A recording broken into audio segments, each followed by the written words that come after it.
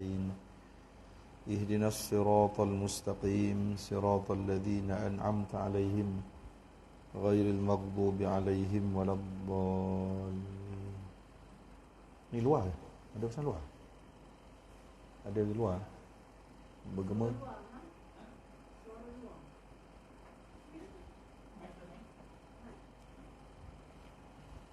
InsyaAllah kita sambung dengan surah Al-Hujurat, ya.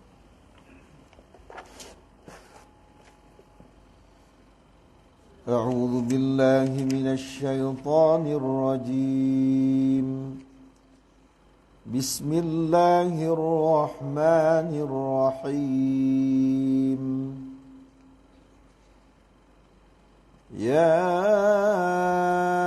أيها الذين آمنوا لا تقدموا بين يدي الله ورسوله واتقوا الله إن الله سميع عليم يا أيها الذين آمنوا لا ترفعوا أصواتكم فوق صوت النبي ولا تجهروا له بالقول كجهر بعضكم لبعض أن تحبط أعمالكم وأنتم لا تشعرون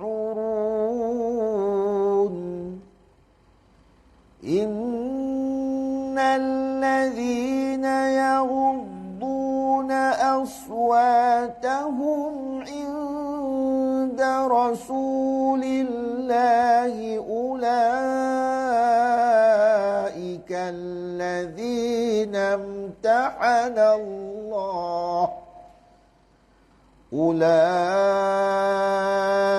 الذين امتحن الله قلوبهم للتقوى لهم مغفرة وأجر عظيم إن الذين ينادونك من وراء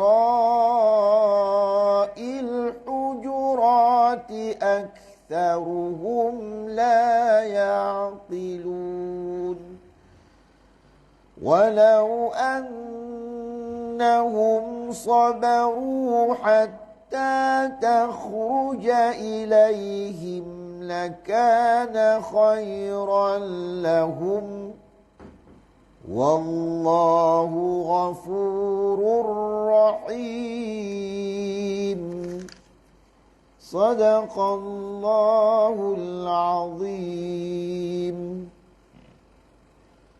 Bismillahirrahmanirrahim. Surah Al-Hujurat mengandungi 18 ayat yang termasuk dari kategori surah-surah Madaniyah yang diturunkan sesudah surah Al-Mujadilah. Dinamakan dengan Al-Hujurat, yakni kamar-kamar, diambil daripada perkataan Al-Hujurat yang terdapat pada ayat 4 surah ini. Mana ayat tersebut mencela para sahabat yang memanggil Nabi Muhammad sallallahu alaihi wasallam yang sedang berada di dalam kamar rumahnya bersama isterinya, memanggil Nabi Muhammad sallallahu alaihi wasallam dengan cara dan dalam keadaan yang demikian merupakan sifat kurang hormat kepada beliau, kepada baginda, dan mengganggu ketenteraman baginda.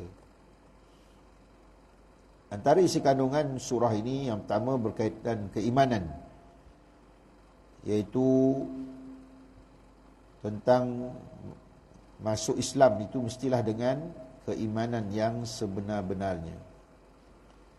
Juga terdapat hukum hakam di dalam surah ini berkaitan larangan untuk mengambil keputusan yang bertentangan dengan perintah Allah dan Rasulnya, keharusan meneliti sesuatu perkhabaran yang disampaikan oleh orang, terutama orang-orang fasik, kewajipan mengadakan islah, mana memperbaiki, mempersaudarakan kembali orang-orang Muslim yang bersengketa, kewajipan mengambil tindakan kepada kaum muslimin yang berlaku zalim kepada muslimin yang lain, larangan mencaci, menghina dan sebagainya, larangan berburuk sangka, memfitnah, mengadu domba dan lain-lain.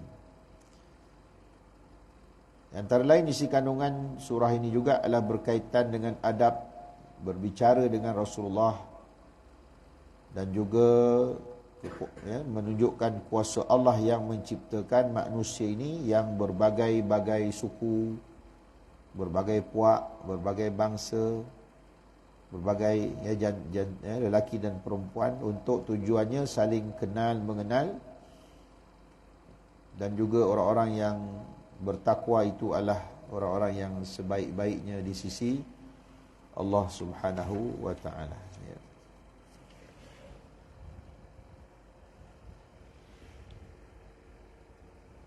Ada ekor. Ekor sikit.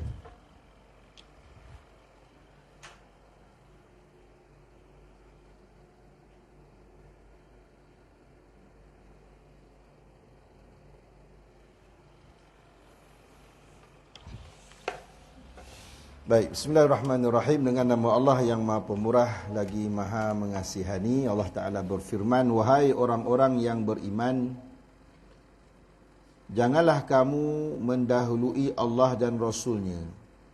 Ya, maknanya kita tidak boleh menetapkan sesuatu hukum sebelum ada apa ketetapan dari Allah dan Rasulnya. Dan bertakwalah kepada Allah. Sesungguhnya Allah Maha mendengar lagi Maha mengetahui. Ya, dalam ayat ini Allah Ta'ala memerintahkan kita jangan memandai-mandailah ya, di dalam kita mengeluarkan sesuatu hukum. Yang pertama, seandainya sesuatu perkara itu belum jelas hukumnya, maka kita kena merujuk kepada alim ulama'. Ya, fasalu ahla dzikri in kuntum la ta'lamun. Maka bertanyalah kamu kepada orang-orang yang pakar, yang berkemahiran, sehingga sekiranya kamu tidak mengetahui. Ya. Ataupun boleh juga kita bukan ya, maknanya tak boleh kita menetapkan sesuatu perkara yang belum dipastikan. Ya. Mana contohnya kalau kata macam pilihan raya lah, ya, kita mesti menang, kita pasti menang, kan? Itu tak boleh. Ya, dari segi apa, menjamin sesuatu perkara yang berlaku esok lusa, tak boleh. Ya, mana dari segi politiknya menyatakan semangat tu tak apalah, tapi meletakkan yakin bahawa kita pasti menang, tak boleh. Ya, itu dah mendahului ketentuan Allah. Macam kita, bini kita mengandung kan, pergi scan nampak ada barang itu, ni anak lelaki kan. Tak ada barang itu, mana anak perempuan. Bila orang tanya anak tu lelaki perempuan, lelaki. Mana belum pasti lagi, belum keluar lagi. Ya, jadi jangan kita mendahului. Kalau kata nak sebut pun sebut insya-Allah lah, insya-Allah lah. Kalau tak ada apa-apa perubahan ke apa, tak ada Allah, so anak lelaki insya-Allah. Kan? Sebab boleh jadi dia dah boli dah baju warna biru dengan lelaki dah keluar-keluar, mana hilang barangnya tu. Jadi perempuan pula. Ya, ni semua benda gaib, benda yang tak dapat dipastikan ya bagi kita ni. Apa yang dah terzahir depan mata itu jelah yang boleh menjadi hukum kita, mana yang boleh kita muktamadkan lah. Jadi perkara esok, lusa, tulat tungging ni tak tahu lagi, jangan kita mendahului Allah. Habis tu macam mana ramalan cuaca tu? Ramalan cuaca tu pun tak boleh kita berpegang. Hanya sekarang ramalan, nama pun ramalan. Dan esok dijangkakan hujan ribut peti di kawasan Sikamat kan. Dijangkakan, diramalkan kan. Belum pasti lagi, tiba-tiba esok corah orang menerang kata macam malam nak hujan. Itu ramalan. Ramalan. Ramalan ni belum pasti ya. Jadi apa-apa pun kita jangan mendahului Allah. Ya.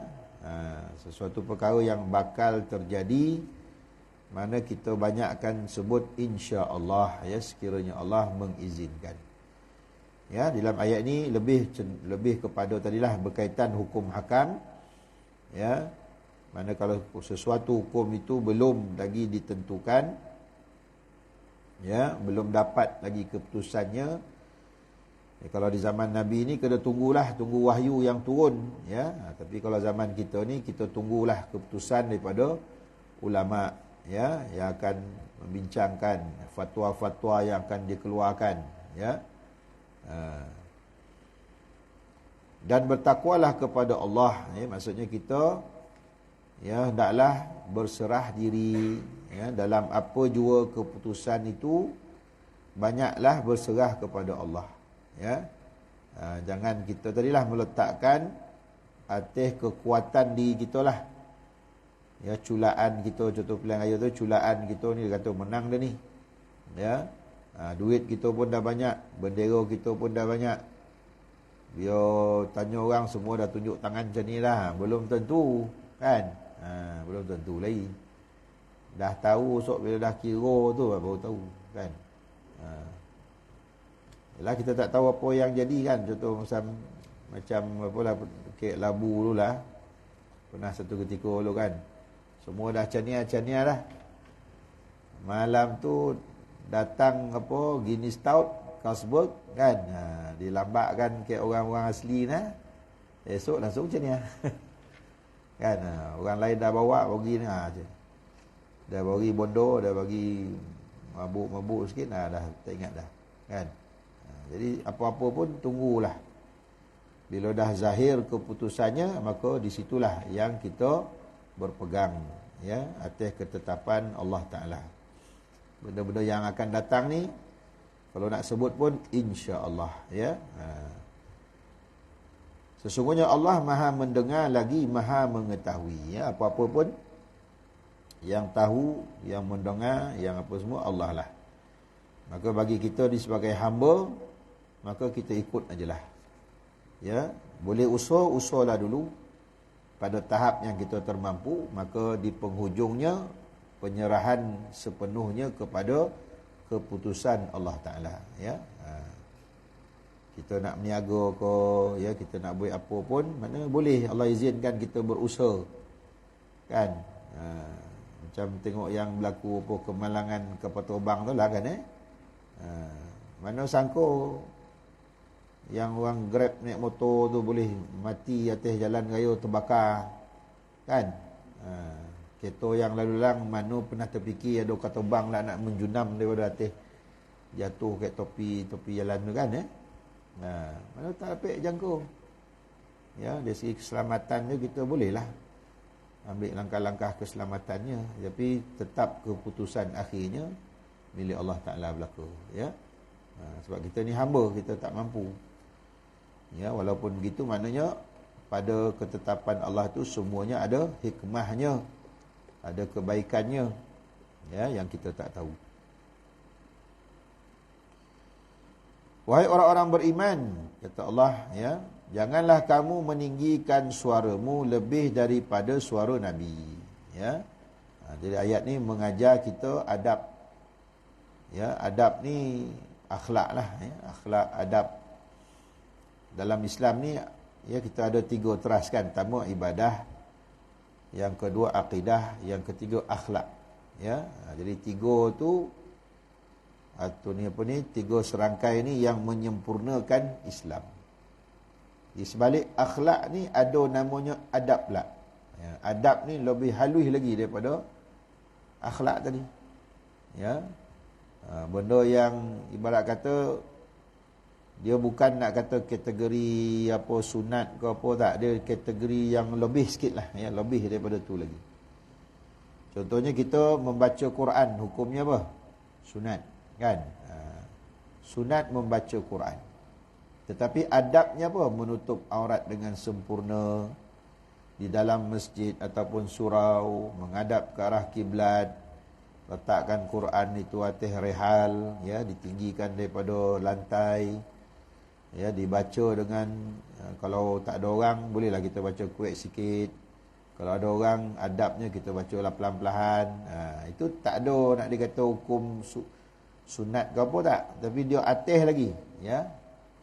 Mana dia ibarat kata penyempurna yang mencantikkan, ya. Kalau macam surau ni kira langsir-langsir ni adab lah, ya. Ikutkan kalau tak ada langsir pun dah boleh semayang dah. Tak ada sejadah yang tambahan ni pun dah elok dah, sop tu dah ada dah, kan. Sejadah imam ni tak ada pun tak apa, sampai 3 lapis letak kan. Tu adab lah tu, ya. Dia kata menyelesakan lah, ya, menselesakan, ya. Jadi apa yang mencantikkan itu, kalau macam kereta tu aksesori lah, ya, aksesori tu adab, ya. Mana kalau seorang itu ada adab dia, maka lebih nampak dia punya kecantikan dia lah, ya, kecantikan akhlak tu, ya.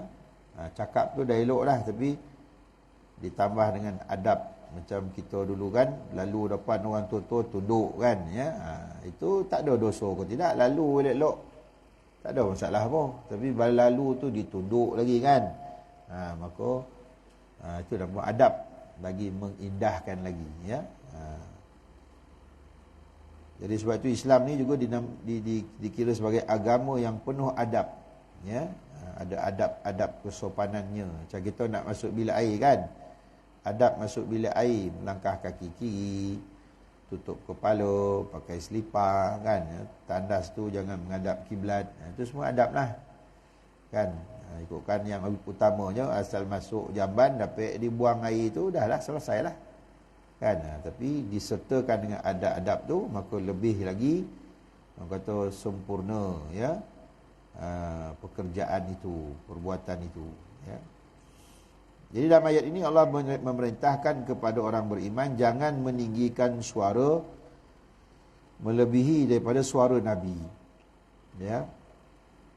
Ikutkan Rasulullah tu bercakap dengan nada yang sederhana lah, ya. Tidaklah terlalu perlahan lembut sangat sampai orang tak dengar, dan tidaklah tinggi sangat. Jadi pada kadar yang sederhana. Jadi Allah perintah kepada orang beriman jangan tinggikan suara, ya, di hadapan Nabi, ya, menjerit-jerit ke apa ke, jangan. Hukum ini terpakai walaupun ketika zaman kita ni Rasulullah sudah wafat, maka hukum tu terpakai lagi. Ketika kita menziarahi makam Rasulullah, tak boleh terjerit-jerit, meninggikan suara, ya. Mesti tenang aja, ya. Ni orang dah pergi, biasalah pergi umrah kan, ada yang berobot nak dapat dalam raudhah tu, terjerit-jerit kan, ya. Lepas tu dengan polis, haji kan, jerit-jerit tu tak boleh lah ikut kan, ya. Jangan meninggikan suara di kawasan makam Rasulullah itu, ya. Walaupun tadilah Rasulullah walaupun pada zahirnya sudah wafat, tetapi hakikatnya baginda itu hidup, ya. Wajib dihormati. Ya, ini disebabkan di zaman Nabi, ialah, ya, orang Arab ni memang ialah biasa suara dia kuat dan orang dia kasar kan, ya. Jadi kadang-kadang panggil nama, ya Muhammad. Jadi Allah tak bagi, marah. Allah menegur, jangan panggil ya Muhammad, panggil ya Rasulullah, ya Nabi Allah, ya. Sehingga kan Sayyidatina Aisyah sini sebagai isteri pun panggil ya Rasulullah, tak boleh panggil abang tu, tak ada. Abang ke kekanda ke, tak ada. Ya, semua memanggil ya Rasulullah. Walaupun isteri-isteri Nabi, sebutan dia kepada Nabi, adabnya kena panggil ya Rasulullah, ya Nabi Allah, ya. Tak boleh panggil abang dia.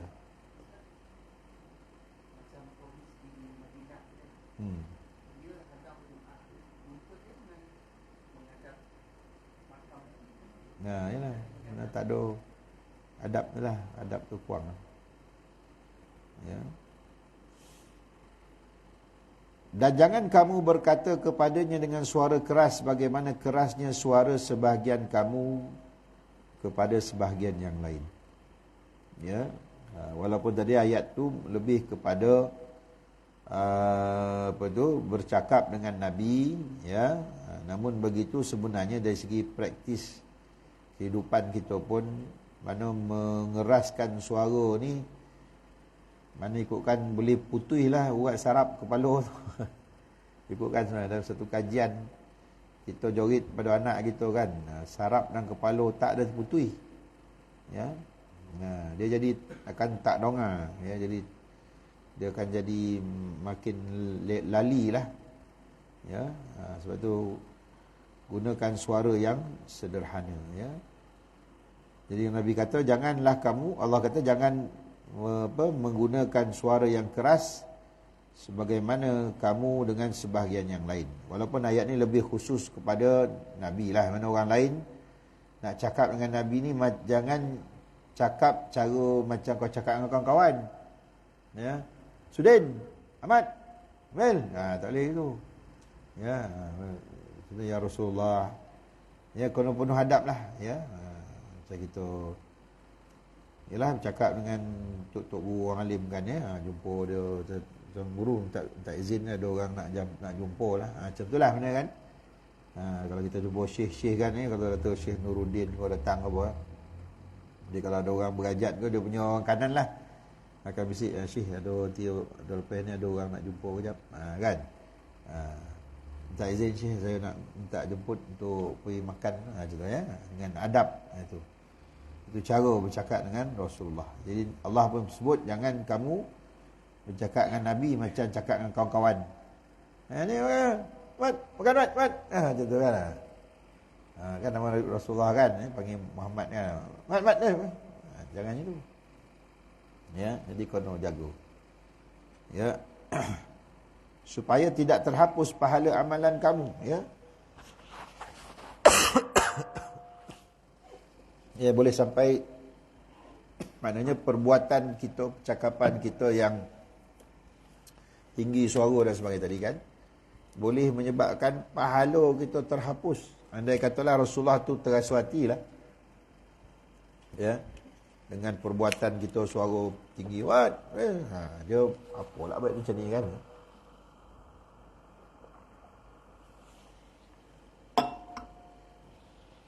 Ya, jadi Allah Ta'ala akan menjadikan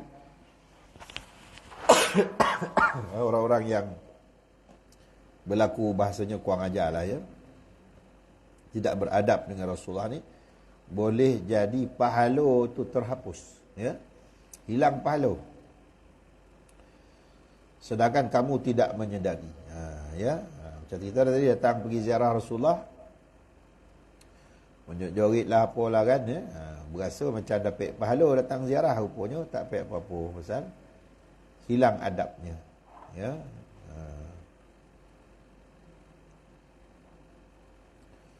Sesungguhnya orang-orang yang merendahkan suaranya di sisi Rasulullah, mereka itulah orang-orang yang telah diuji hati mereka oleh Allah untuk bertakwa, bagi mereka keampunan dan pahala yang besar, ya. Jadi orang yang beradab tadi dengan Rasulullah, ya, maka Allah beri kepada mereka pahala, ya. Kemungkinan di kalangan sahabat tu contohnya ada yang lebih tua kan,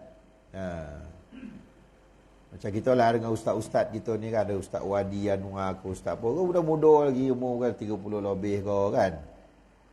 Jadi kita lah pula datang sambut, sila Ustaz, ya kan. Kita dah umur 70 dah, 60 dah, dia bayar anak-anak kita je. Kita pula yo sila kan. Itu mana Allah menguji kita, ya. Apakah kita nak anggapkan diri kita ni, aku lebih tua, aku nak hormat dia budak-budak ni kan. Tapi atas sebab kalau Rasulullah tu kedudukan dia sebagai Rasul, kita ni sebagai orang tua pun dia tu Rasul, kita kena hormat dia, muliakan dia, ya. Atau sekarang lah kita ni sebagai tadi dia tu guru, ya, ustaz yang dihormati, yang dimuliakan, ya. Jangan buat sembarang lah. Mana kau nak tangkap gambar kau minta izin, boleh tangkap gambar kau, kata boleh kan.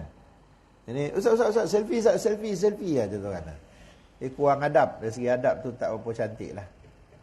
Ya. Kalau kita ngiring tutup guru kan, ya.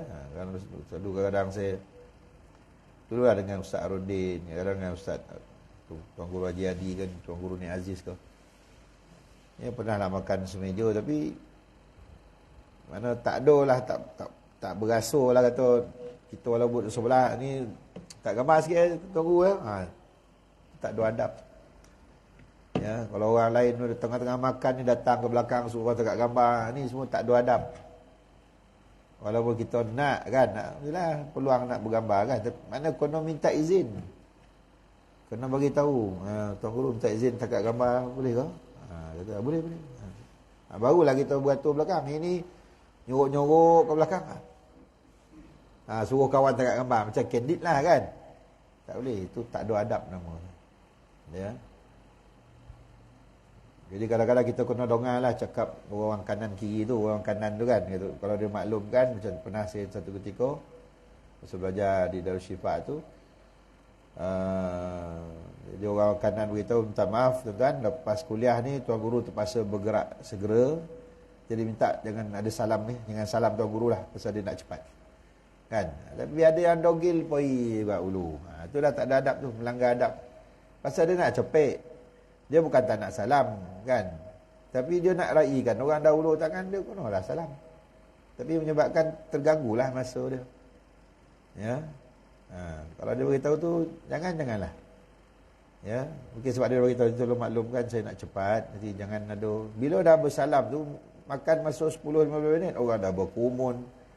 Yang ni nak salam ni, cium tangan ni, so kan berapa ramai orang nak salam. Jadi memang masa tu akan sangkut.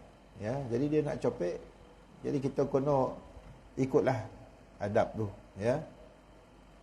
Ada pernah tu dia memang dia tak bagi salam. Yalah pasal dia nak cepat satu, ataupun ada sekata ketika masa Tuan Guru Ni Aziz dulu dia tak sihat. Jadi habis kuliah dia nak copek berehat. Jadi kalau bila orang salam tu jadi terganggu dia, ya. Jadi jangan, ya. Jadi sebab dia manusia juga.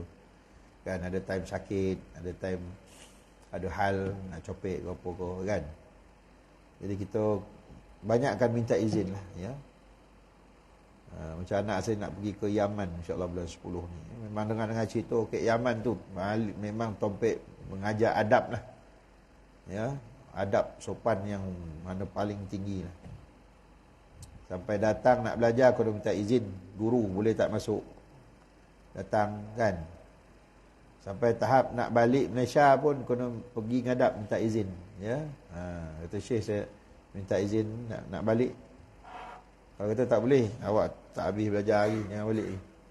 Kena tak boleh balik lah. Tunggulah. Kan? Ini kita belajar ni, yelah kelas dah ramai-ramai kita datang. Kau tak datang, mana dia tahu kan? Beli apa, dia nak masuk kelas kau, nak ponteng kau. Kan? Tak kisahlah di mana, di Jordan ke Mesir ke, Syekh tu duduk depan, kita nyusup masuk kan. Dia buat tak reti je. Tapi kat zaman jangan, adab dia tu kena sembahyang Jumaat wajib, ya. Mana jangan sampai mana imam datang dulu berbanding kita, macam itulah. Kalau guru dah masuk kelas kita baru datang, tu dia kurang adab lah tu. Sampai macam itulah, ya. Jadi ya, itulah nilai ya adab ni, sampai Allah pun sebut situ, jangan kamu ya, sesungguhnya orang yang memanggil kamu dari luar kamar tadi ya, sesungguhnya orang-orang yang merendahkan suaranya di sisi Rasulullah, mereka itulah yang telah diuji hati mereka oleh Allah untuk bertakwa, bagi mereka keampunan dan pahala yang besar. Karena kalau kita beradab tadi dengan Rasulullah, ya, datang makam Rasulullah beradab, ya, berdoa, menyampaikan selawat, ya, mana dengan tidak membelakangkan ke apa ke, dengan cara yang baiklah, ya, maka itulah orang yang diberikan pahala, ya. Sesungguhnya orang-orang yang memanggil kamu dari luar kamarmu, kebanyakan mereka tidak mengerti, ya. Ialah rumah Rasulullah ni keliling masjid.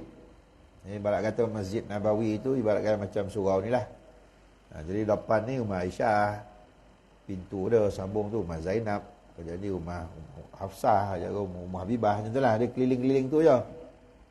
Ya. Jadi orang datang ni panggil ya Rasulullah, ya Rasulullah, main joget kan.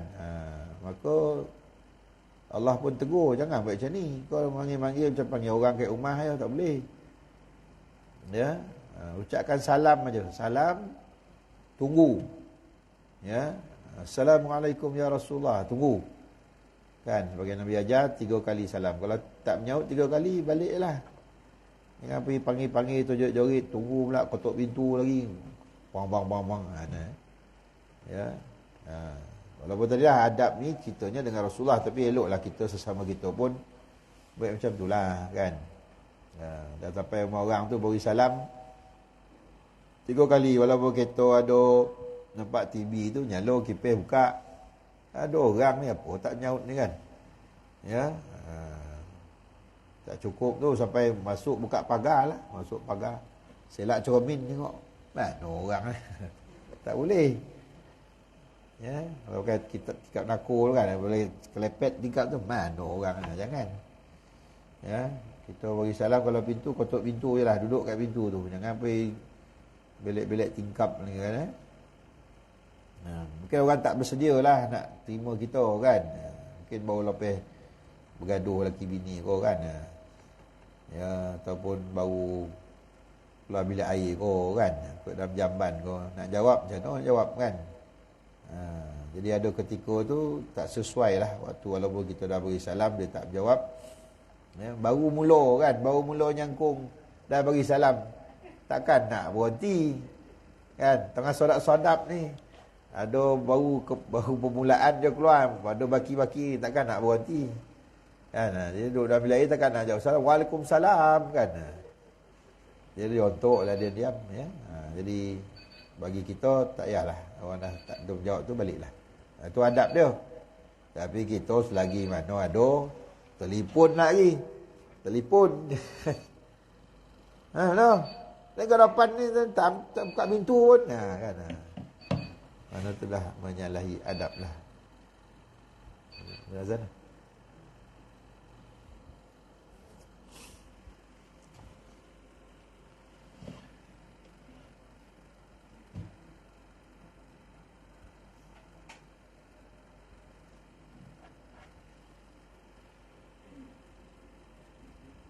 الله أكبر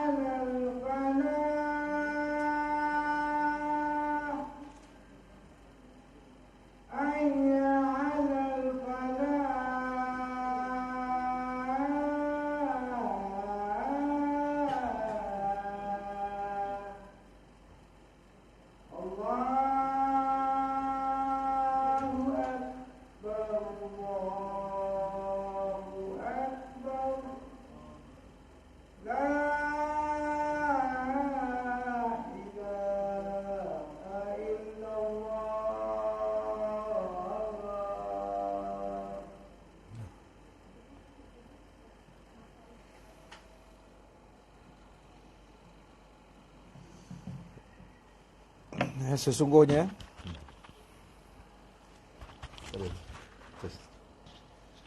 sesungguhnya orang-orang yang memanggil kamu dari luar kamar itu kebanyakannya tidak mengerti, tidak faham akan adab-adab yang sepatutnya mereka dengan Rasulullah tadi.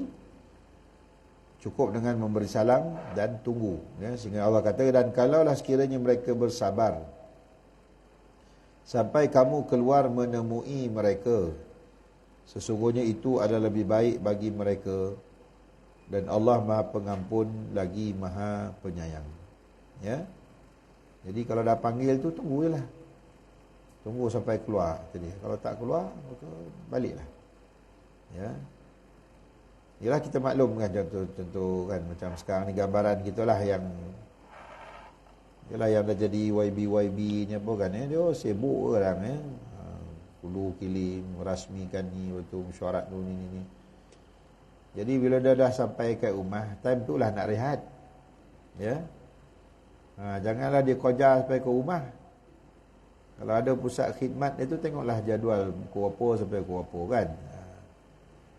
Itu je waktu yang telah ada diperuntukkan, datanglah waktu tu. Janganlah kita sampai koja ke rumah, kotok pintu. Baru ni saya jumpa tu adun labu tu. Kata belum apa-apa lagi, angkat sumpah pun belum. Orang dah tunggu dah kat rumah. Pukul 1 boleh malam ada datang, pukul 2 boleh malam datang. Itulah maknanya kita konolah dari segi adab kita lah dengan apa orang yang orang besar-besar ni lah kan. Dia ada keperluan waktu dia. Macam kau tengok tuan guru Ustaz Tuan Guru Haji Hadi lah kadang orang kejap nak jumpa dia, dia pun dah uzur kan, tak pun nak sihat. Jadi kenalah ikut masa yang ditetapkan. Kalau kata tak boleh lah. Macam saya dulu pergi jumpa Tuan Guru Ni Aziz dulu pun sama juga, dia pesan kalau nak kata tahnik ke apa kau, datang lepas subuh hari Jumaat. Itu je waktu dia. Jangan Isnin pun datang, Selasa pun datang, Rabu pun datang. Ditetapkan hari Jumaat pagi. Itu waktu. Kalau nak apa ni waktu dia. Nak jumpa ni petang lepas asar. Dia. Jangan main terojah je. Kan? Kita kena ada adab gitu. Sebab dia pun nak perlu rehat. Nak tidur macam kita ni, orang tak ada siapa-siapa, nak tidur pagi, petang, siang, malam pun tak apa. Kan? Pukul 1 nak tidur boleh. Pukul 9 pagi nak tidur boleh, tak ada orang kisah kan. Tapi dia tu ada waktu dia. Waktu ni ceramah dia. Waktu ni pagi ni jumpa orang ni, mesyuarat dia apa semua. Macam itulah. Gambaran Rasulullah tu macam itulah, dia ada waktu yang dah dikorbankan masa untuk masyarakat dia, rakyat dia di Madinah tu, maka waktu dia balik ke rumah itulah waktu dia rehat. Maka janganlah diganggu waktu tersebut. Jadi sebab itulah perkara berkaitan dengan adab ni, kita benda ni tak tertulis, tapi orang kata kena faham-faham lah. Kan? Macam orang sakit. Jadi kita atas pertimbangan kita lah, pukul apa yang sesuai datang. Petang lah kan. Petang dia dah rehat dah apa. Kalau biasa 5.30, 6.30. Itu dah waktu yang paling sesuai. Jangan datang pukul 8 pagi, dia baru nak makan ubek ke, baru nak mandi ke kan. Tengah mandi tu maklumlah dengan kain ke, terlucut kain gang. Dengan apa semua kan. Waktu tu tak sesuai. Pukul 8 pagi ni dia baru bangun, nak bersiap-siap. Tengah hari mungkinlah boleh sikit lah, tapi nak makan kan, makan ubek, tidur, petang lah sesuai. Kalau pergi rumah orang pun ibarat kata pukul bawah pukul 10.30 boleh lagi lah. Tapi jangan pukul 10.30 baru datang. Lepas isyak ni kata paling lewat lah, lepas isyak ni 9.30, 9 suku, tu pun dah kira dah ujung dah tu kan. Waktu yang terbaik kira lepas maghrib. Habis main maghrib tu pukul 8 tu, ada penting nak datang ziarah, okeylah, kejap. Kan? Agak-agak lepas isyak sikit tu dah boleh baliklah. Ya, mana kalau kita datang pukul 9 malam ke, 9 suku ke, pastikan pukul 10.30 dah balik. Ya. Kira pukul 10.30 tu kira standby waktu nak tidur dah. Ya. Kono pula kita tengok anak sampai 10 orang kan, bilik 2. Anak dia tu 10.30 dah bergayut kat tilam topi dinding tu lah. Bila orang nak balik dia nak bontang tilam ni, sebab bilik tu depan TV je lah. Depan sofa, depan TV. Itulah tilam dia. Tengok pakcik ni datang, tak balik-balik ni pakcik ni. Aduh lah, lambik tu nak tidur ni, esok sekolah. Ya, mana kita kena faham sendiri lah. Kalau rasa nak buat sampai 1 pagi, ajak minum kat luar. Kedai mamak. Bantai lah, pukul 1, pukul 2 pun tak kisah. Tapi kalau datang rumah, pastikan 10, 10.30 tu standby untuk balik lah. Ya, jangan duduk lama-lama, orang pun nak tidur. Kan? Itu benda tak tertulis. Ya, dalam ayat ni pun Allah Ta'ala memang benda tu tak ada nak kata hukum dia wajib kau haram harus, tak ada. Tapi mana berfaham-faham lah. Kan? Kau dah panggil Rasulullah tu, tunggulah. Kan? Mungkin dia ada urusan dia ke apa ke. Tunggu kejap. Ya. Itu lebih baik bagi mereka dan Allah Maha Pengampun lagi Maha Penyayang. Nabi ni dia tak tergamak nak cakap. Kan? Ya. Banyak perkara-perkara berkaitan Rasulullah ni Allah yang tolong bagi tahu. Sebab Nabi ni tak sanggup nak cakap. Kau okey, minta semua ambil perhatian ya. Rumah saya pukul 9 jangan datang dah ya. Last pukul 8 pukul 9 jangan kata-kata datang. Nabi tak tergamak nak ucap macam tu. Kalau puasa boleh datang pun dia nyaut lagi. Tentulah kan ibarat kata. Jadi kita ni itulah kadang kita kena gunakan common sense lah. Kadang-kadang otak tu kena pakai jugalah kan ya. Bila dah kata malam ni ya puasa boleh ni dah tak sesuai lah nak pergi kan. Esoklah kan. Jadi itulah ya. InsyaAllah akan datang kita tengok pula beberapa lagi lebih detail lagi adab-adab ya. Memang surah Al-Hujurat ni kira surah adab lah. Adab, akhlak, jangan mencari kesalahan orang, jangan sangka buruk ya, macam-macam. Ya. InsyaAllah kita sambung lagi. Wallahu alam. Subhanakallahumma bihamdik asyhadu an la ilaha illa anta astaghfiruka